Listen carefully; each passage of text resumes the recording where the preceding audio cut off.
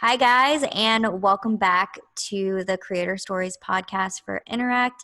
My name is Jasmine Solana. If you didn't catch on the last episode, I recently got to take over hosting for the podcast, so I'm super excited to be here. You might have seen me around on different stuff that we do for social media, for marketing, and all of that. But enough about me. This isn't about me today. I just wanted to quickly introduce our guest for this week, which is Kyshira Moffett. She is actually the CEO and owner of the Power Collective. She's an author, business owner, and she's actually decorated with multiple recognitions and awards, which I think is super awesome. Kyshira, thank you for coming on with us today. Thank you so much for having me. I'm really excited to talk with you. I'm a big fan of the software. I've been using it for a number of years now, so this is really exciting. Oh, I'm glad. So tell us a little bit about the Power Collective, what you do, and kind of everything about you. Yeah, absolutely. So the Power Collective is an online coaching business where we specialize in helping coaches learn how to create their first high ticket offer. And that's through our flagship program, the Founder Circle. And there we teach organic marketing strategies. So we teach, packaging, messaging, sales, live streaming, things like that. And then we also help experienced coaches who've hit that revenue wall and they can't seem to move beyond a certain number, learn how to scale their business through diverse and passive offerings. So that's what our business does. And I've been in business since 2013. Wow. I've done a number of different types of businesses since then. There's been a lot of pivots, and we can talk about that. But through my experiences, I've become an author, and I've published books about branding and starting a business and just sharing my experiences. We have a podcast as well called Brand Your Power Show. Facebook group, I actually used to host a conference every year. It was called Hustle for a Way. I did it for 4 years straight. And then it turned into a retreat, which unfortunately was rescheduled this year due to current events. So this is my first time in a long time not having a major event. So that's interesting. I live in Pittsburgh, Pennsylvania. I've been here since 2013 as well. I moved here straight out of college for a job and just happened to stay. And I'm originally from Chicago. So that's where I was born and raised. People are always really interested to find that out. In my spare time, I like to binge watch YouTube blogging and Netflix. And planner videos is my new thing. I love planning and decorating and all of that stuff. So yeah, that's the high level about me and my personal, I love that. I've been to Philadelphia before. My boyfriend's actually from New Jersey, so it's kind of awesome. I love the East Coast. But that all sounds awesome. I really love how it's crazy. It's like you hear all this stuff where people are like, oh, I do this, this, and this. And it's like, so how did you get there? What were you doing before this? Yeah, that girl, it's a journey. So I studied business in college. I have an MBA. So I was on the banking path and realized a little too late into my degree program that I didn't actually want to be a banker. I was a people person and I wanted to be in HR. And I just so happened to get an HR job in banking. And the bank I worked for was headquartered in Pittsburgh, which is why I'm here. And from there, I moved on to higher education. So I was in the career services department for an MBA program. So while I was working full time, I was also freelancing outside of that just for fun in the beginning with helping my friends with their resumes, cover letters, interview prep. And then ultimately a friend was like, you need to start charging for this. People are getting crazy jobs, 6-figure jobs because of your help. And this is going to turn into a lot of work for you. So I decided to start charging, but it was a nominal fee. The big thing was I decided to create a blog. Back in the day when there wasn't a Squarespace yet, I was using Wix, and I created a blog all about personal branding and career development, because my big thing, even when I was working in my jobs, was I would teach personal branding. I was asked to teach owning your career and standing out and all of those things. That was what I was known for in my jobs. So I created this blog, and the goal was use the blog to get a new job.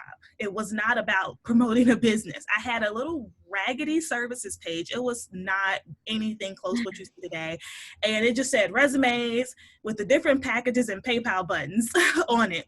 But the rest of the site was like a blog. I had my resume on the site, and that's what I was doing. And I started to brand myself on Twitter around personal branding and started to get like, guest blogging opportunities and things like that. So I decided to ask a lot of people that I worked with to leave me reviews on LinkedIn for my work. And an entrepreneur reached out and said, hey, I have an event planning business. I've been doing it for a number of years.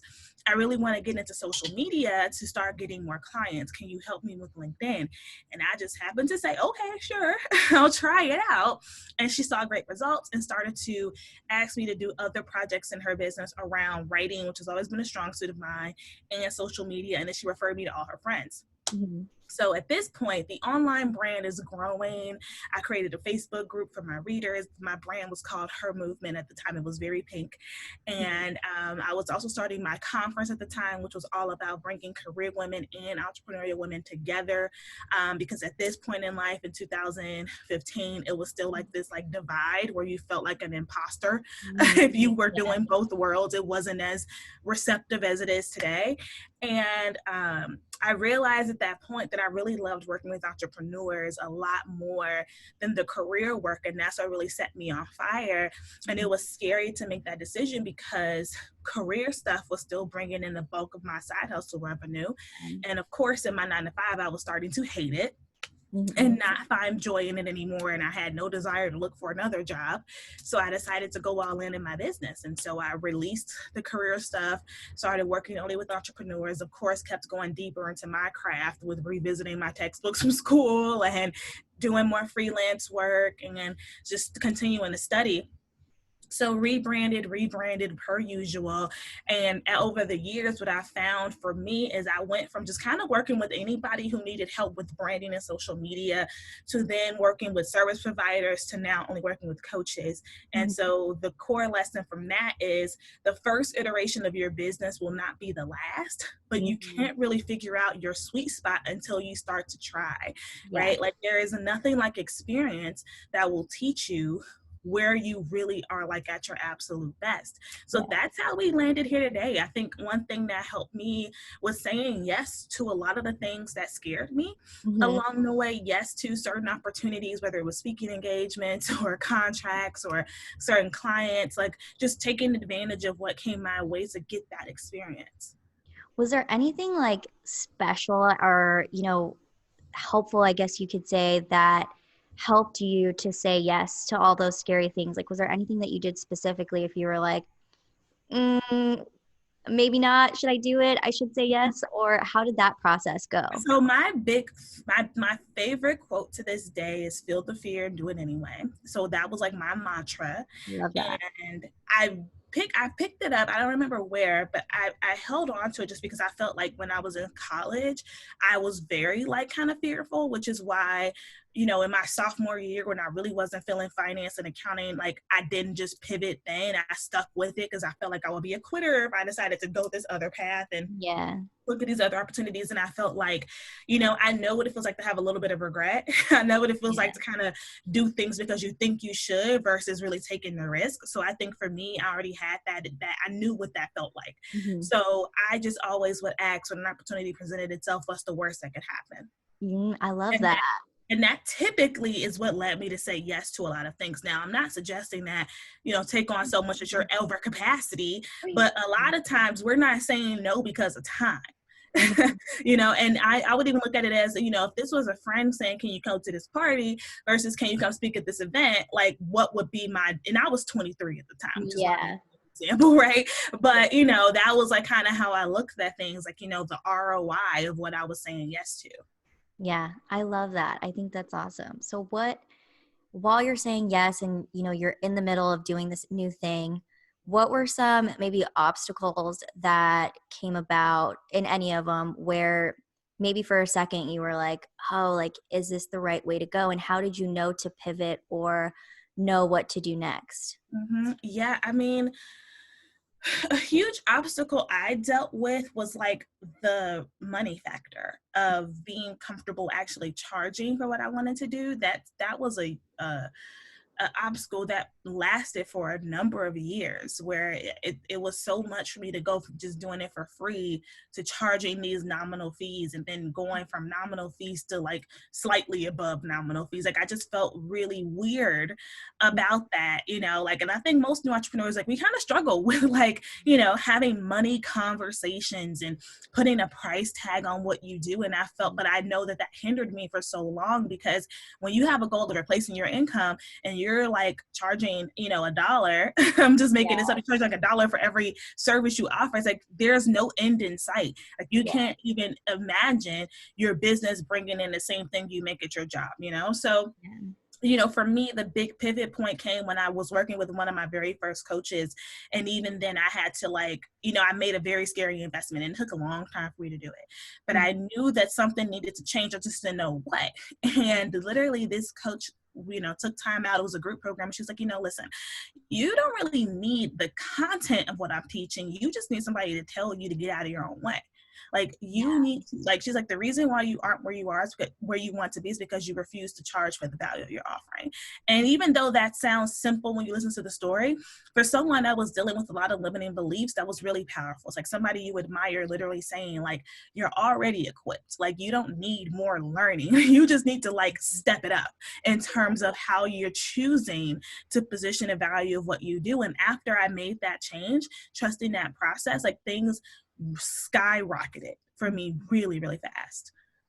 Yeah, I will say like working with partners, working with partners at Interact, especially, like a lot of the times they'll talk about their own quiz services and they'll be like, what do I charge? Like, how much should I charge for this? And I'm like, for me, it's like, charge what you're worth, you know, like charge how much time you put in it, what your skill set is, and all of that. So I definitely agree with that. I think that's super important. And I love that you kind of pointed that out as an obstacle that you went through, because I think it's something that a lot of people resonate with, and everyone goes through it, especially if they're starting a business and they're like, you know, I don't know what this should look like. So do you have any advice, I guess, on that point for someone where they're like, okay, like we're talking about maybe charging more and nominal fees, but how do you know at what your skill set is or what level you're at to charge? Yeah, so one easy thing is just getting online and doing some research. Just as if you were looking for a new job, you would, if you were moving to a new city and looking for a new job, you'd probably look like average salary of marketing in New York, or average, and then average salary of marketing manager in New York. You start to pull some averages. You look to see what's the low end, what's the high end, what's the middle, and you don't have to charge the average, but at least having a range now gives you an idea. In the online space, the beautiful thing is a lot of people are very transparent about their fees. Like a lot of people don't hide what they're charging. So you can even do some due diligence. And I would say not only like looking like on Instagram, but look when you're researching through Google, research local, state, and national, and then even international. And then from there, start to make some decisions. Another thing I like to factor in is like, what's your personal hourly rate? So when you look at most corporations, you get a salary, but it's still based on an hourly rate. So then what's your hourly rate? Like, what do you want to charge, you know, as a consultant or as a coach for your time, right? A really good book that helps with this is Profit First. I think that book is really excellent on how to figure out how to ensure that your business is like actually generating profit. So that's another one that like take into consideration. And then depending on if you people listening in, if they're working with coaches, a lot of coaches will give you pricing formulas and calculators. You can like Google things like this on, if you want like a free version. I know that if you type in a salary calculator or something like that, if you put in even just how much money you want your business to make in a year. If you want to make $50,000, you can type that in and it'll tell you what the hourly rate now needs to be. And then you can look at how long it takes for you to deliver each of your programs to figure out how much the program should be, how many clients do you need to hit this goal. And that's a really just easy place to start. As you add more offers, obviously it gets more complex, but I feel like those tips is enough for you to just get started. Yeah, I love that. That's awesome. Thank you. Mm-hmm. Another thing that you mentioned earlier that I caught, but then forgot I wanted to ask about it. So you talked a little bit about having imposter syndrome, and that's even something that I know I for sure experienced myself, and I'm sure a lot of people out there experience. What did, I guess, like, how did you overcome that? And how did you take that and be able to, go through and say all those yeses and get to where you are today? Yeah, I actually just did a live stream on imposter syndrome 2 days ago because it's so prevalent and it's normal. But the big thing for me with imposter syndrome was really one, recognizing it and recognizing when was it happening, like that exact moment. So one of the tips I gave in my video was, kind of starting to document that. And it doesn't mean sit down and journal for 2 hours. It just like if you notice it, recognize it, and just put it in your phone or pull this paper out, like so you can document when it's happening, because imposter syndrome typically is triggered by something. And then from there, asking yourself, like, what evidence do you have that this is actually true? Yeah. And from there, actually having to build a business case to yourself that this thought you have of not being good enough or smart enough or whatever it is actually evident, right? And I actually told my viewers, like, per Harvard Business Review, the definition of imposter syndrome is really you feeling inadequate despite evident success, right? And so I tell people you have to nip this in the bud, because there is no amount of growth, revenue, sales, promotions that's going to make it just go away. As you continue to climb, it's just going to get worse. So you have to start building up your own way of dealing with it and nipping it now. And that's by recognizing, again, what's causing it, documenting that, so that you can see, like, is there something you need to cut out? Is there just a mindset shift you need to make? Asking yourself, like, is this true? Is this real? Beginning to reframe in your mind where, so if it's an envy thing, like if you get online and you see everybody else talking about how much money they make, it's reframing from I'll never make that to it's so awesome to see this. This is proof that I can do it too. Right? Like reframing, and then even then reprogramming in your mind what failure is to you, and reprogramming where failure is now just new information. Right? There is no failure. There is only information, and just moving forward with that, and knowing that this is not a one-day process. This is not something you can just hear it today and tomorrow you're fine. You have to build this habit up, build this muscle, so that subconsciously there's going to be a shift where this is no longer an issue for you. I love that. I think that it's something that, like, we're trying to do this year is really talk more about this type of stuff, right? Like, where's that struggle and how do you overcome that struggle? So I really love how you have like an actual kind of coping mechanism to get through that. And I think for me, at least, I've realized that it's also not something that you overcome for one part of your job, and then when a new thing comes along, you're automatically totally fine. You do have to go through the same process again and really work your way up to where you're like, okay, like, this is just my imposter syndrome, it's not a big deal, it's fine. No, yeah, I love that. So I know we talked a little bit about you being an author. So how did you go from starting your business online, working with clients, and then getting to a point where you did start writing books and then even speaking at conferences? And you said you hold conferences as well, right? So with the book writing, it was interesting because I've been a writer my entire life. Like when I was a kid, I used to do like those young author competitions. But for some reason, as an adult, I really struggled with like writer's block and like getting things out on paper. It was a goal of mine to write a book for so long. So I finally just like, you know what, we're going to do it. We're going to do it in 30 days. Like we're just going to write the book. And so the easiest thing is just to start with the outline versus a blank page. So really just outlining what the book will be about, outlining your chapters, and then just committing to a chapter per day really helps me. So that was that. And then the other thing that also helps is if you're a content creator and you already have a lot of videos and podcasts, some of that can become part of your book. So some of those things you can get transcribed and you can get an editor or you can edit it yourself. And those things can actually speed up the process. So one of my books, All in Favor of Branding, was based on a webinar. And the webinar audio was like the first 5 chapters of that book. Wow. So that actually was like one of those like work smarter, not harder type of situations. Yeah. I did self-publish through Kindle Direct Publishing, which used to be called Create Space for those that are familiar with it, which made the process really simple because there was no order minimum. So if you work with a local publisher, sometimes they'll say you have to buy 1,000 copies of this book. And so if you have no budget, that's not feasible for you, right? So with Amazon Create Space, there's actually no fee to publish your book. The only fees come into play is if you want a copy of give the proof. And even then, they're only charging you how much it costs to print the book and Yeah. the shipping costs. But if you're doing an ebook or Kindle book, it's free. Oh, wow. So, and then Amazon will tell you based on how much you want to charge for your book, how much you make and how much they'll make. So you can even adjust those profit margins. So that was really impactful for me.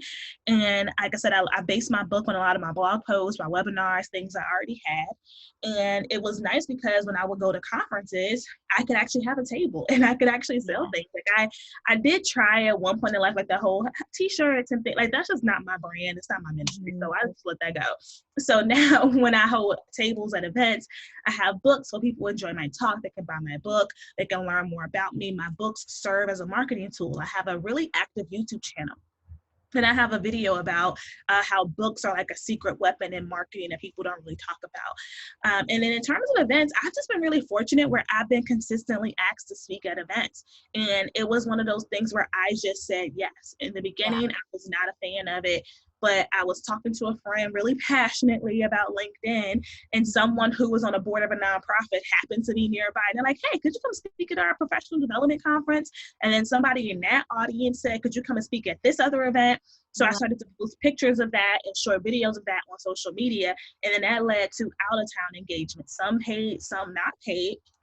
But the more I did it, I found that one engagement typically leads to another. Of course, there's people who teach you how to pitch if you want to be active about it. I've been very fortunate where I haven't really pitched for anything. People just have come to me.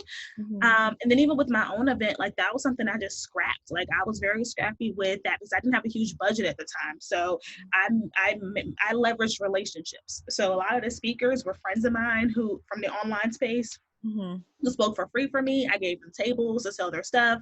The space was donated by a nonprofit that I already worked with.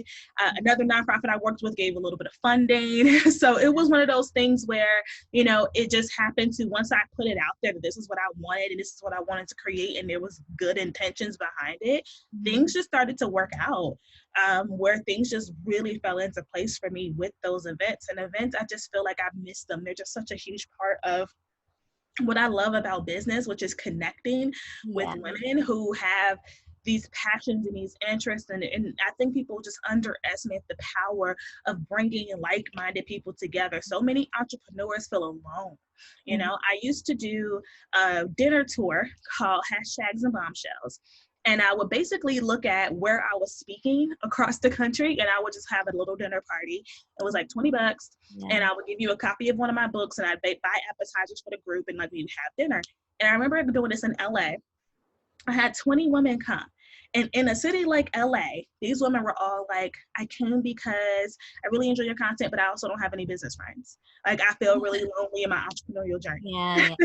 So it was like the validation of it all. So I'm really excited for just things to just hopefully go back to normal so that we can resume that in-person connection. Yeah, I love that. That's so inspiring. I think there's something really powerful about just like creating a community and having a community. And I think for women especially, it's a huge thing because we're, for the most part, we're still kind of in that spot where we're a little more undervalued, right? And people might not look at us as much more because we're a woman. And there's something about coming together that really empowers what we can do and who we can be. So I love that you do that. I think that's awesome.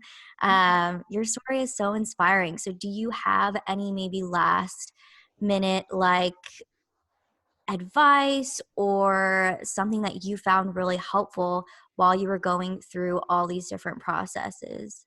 Yeah, I mean, a couple things. One, you know, stay the course and recognize that, you know, no matter how smart and talented you are, there is always going to be obstacles. And so running into challenges does not mean give up. It doesn't mean quit. It doesn't mean something's going wrong. It's honestly just a part of the reality we live in. There is always going to be personal highs and lows, personal ups and downs. Just stay committed and stay the course.